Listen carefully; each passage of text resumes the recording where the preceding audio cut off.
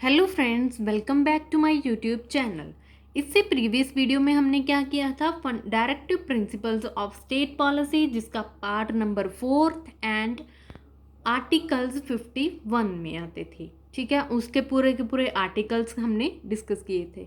आज हम क्या करेंगे, फंडामेंटल ड्यूटीज़ के बारे में पढ़ेंगे।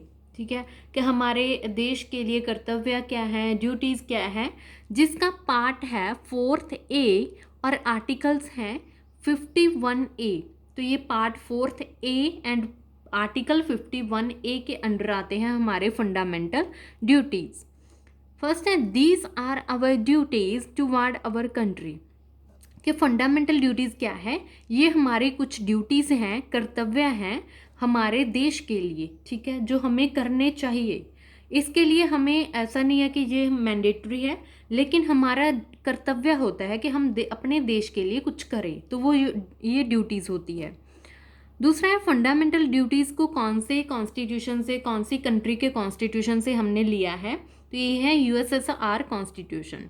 यूएसएसआर क्या है, ये 15 कंट्रीज़ का एक ग्रुप है, जिसमें रशिया प्लस 14 अदर कंट्रीज़ आती है। ठीक है, originally constitution did not contain fundamental duties. ठीक है, जो हमारा ओरिजिनल कॉन्स्टिट्यूशन था उसमें फंडामेंटल ड्यूटीज़ ऐड नहीं थी। ठीक, तो ये बाद में ऐड की गई थी। जब कॉन्स्टिट्यूशन में बाद में अमेंडमेंट की गई थी, सुधार किया गया था, तो तब इसको ऐड किया गया था। और इसे 42nd कॉन्स्टिट्यूशन अमेंडमेंट 1976 के थ्रू ऐड किया था। यहाँ से एमसीक्यू बनता है, आपने याद रखना है कि जो फंडामेंटल ड्यूटीज़ हैं वो ओरिजिनल कॉन्स्टिट्यूशन में नहीं थे, इसको बाद में 42nd कॉन्स्टिट्यूशन अमेंडमेंट 1976 में हुई थी, जो उसमें ऐड किए गए थे। ठीक है, आगे है, ऑन द रिकमेंडेशन ऑफ स्वर्ण सिंह कमेटी। अब फंडामेंटल ड्यूटीज़ को कॉन्स्टिट्यूशन में ऐड किया गया था, तो किसी ने तो इसे रिकमेंड किया होगा। कौन लेकर आया था, तो ये था स्वर्ण सिंह कमेटी, जिसके थ्रू फंडामेंटल ड्यूटीज़ को कॉन्स्टिट्यूशन में ऐड किया गया था। यहाँ से क्वेश्चन एग्जाम में बहुत बार पूछा गया है इस कमेटी के बारे में, कि कौन सी कमेटी थी जिसकी रिकमेंडेशन पे कॉन्स्टिट्यूशन फंडामेंटल ड्यूटी को ऐड किया गया था। तो ये थी स्वर्ण सिंह कमेटी, और उस टाइम पे 10 फंडामेंटल ड्यूटीज़ को ऐड किया गया था।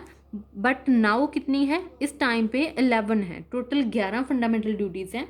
एक जो फंडामेंटल ड्यूटी है उसको बाद में ऐड किया गया था, तो वो थी जो 11th नंबर फंडामेंटल ड्यूटी थी, उसे 86th कॉन्स्टिट्यूशन अमेंडमेंट 2002 में ऐड किया गया था। ये आपने मुझे बतानी है कमेंट में कि वो कौन सी फंडामेंटल ड्यूटी थी, और मैं आपको इसे पढ़ा भी चुकी हूँ कि 86th कॉन्स्टिट्यूशन अमेंडमेंट 2002 में कौन सी फंडामेंटल ड्यूटी है जो ऐड की गई है। ठीक है, याद रखना है कि स्वर्ण सिंह कमेटी की रिकमेंडेशन पे ये लाए थे, और पहले 10 थी, अब 11 हो चुकी है। 86th अमेंडमेंट हुई थी जो, उसमें ऐड की गई है। तो ये कौन सी फंडामेंटल ड्यूटी है, मैं आपको याद दिलाती हूँ कि कहाँ पे पढ़ाया है मैंने। ये देखो, हमने पढ़ा था डायरेक्टिव प्रिंसिपल स्टेट पॉलिसी के जो आर्टिकल्स करवाए थे हमने डीपीएसपी के, उसमें किया था। आर्टिकल नंबर 45 दिया हुआ है, जिसमें है कि free and compulsory education to all. जितने भी 14 साल तक के जो बच्चे हैं उन सभी को कंपलसरी एंड फ्री एजुकेशन है जो वो देनी चाहिए। तो ये इसे ऐड किया गया था 86th कॉन्स्टिट्यूशन अमेंडमेंट 2002 के थ्रू। ठीक है, अब आपको पता चल गया कि ये 11th नंबर का जो हमारी फंडामेंटल ड्यूटी है वो कौन सी है, कि 14 साल तक के बच्चों को फ्री एंड कंपलसरी एजुकेशन मिलनी चाहिए। इसमें है कि सिर्फ पेरेंट्स की भी ड्यूटी है, कि पेरेंट्स ने सिर्फ बच्चों की एडमिशन करवानी है स्कूल्स में, बाकी का जितना भी खर्चा होगा सब सरकार उठाएगी। ठीक है, नेक्स्ट है जस्टिस वर्मा कमेटी।